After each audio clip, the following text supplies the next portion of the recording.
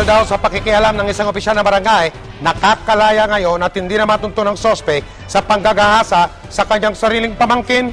Si June Veneracion, Naka-Alerto 24. Nagsimula raw noong nakarang buwan ang kalbaryo ng 14 na taong gulang na biktima.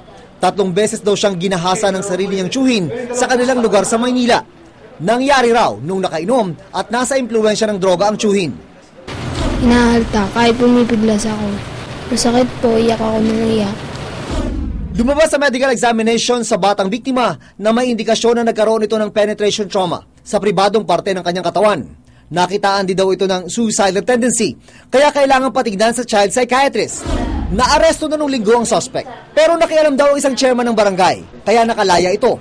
Ang suspect ay manugang daw ng executive officer ng barangay. Sabi na, aareglo na nila, magkakamag-anak lang daw po kami. Sumagot po ako kay chairman. Chairman, hindi po ito away. Pinasus po binabi yung anak ko.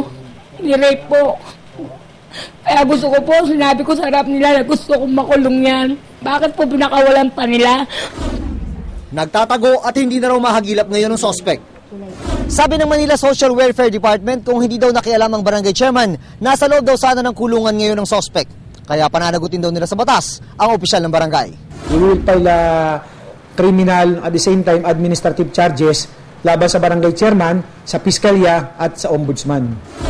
Giit naman ng barangay chairman, hindi niya inareglo ang kaso. Pinakawalan daw ang suspect dahil iba naman ay tinuro ng biktima na nanggahasa sa kanya. Hindi niya raw maintindihan kung bakit nagbago na ngayon ang kwento. Kung ang sabi po ni Jay De La Puente, iyahabla ko sa ombudsman, wala namang problema po sa akin. Basta ako, ang sasabihin ko lang po, yung katotohanan.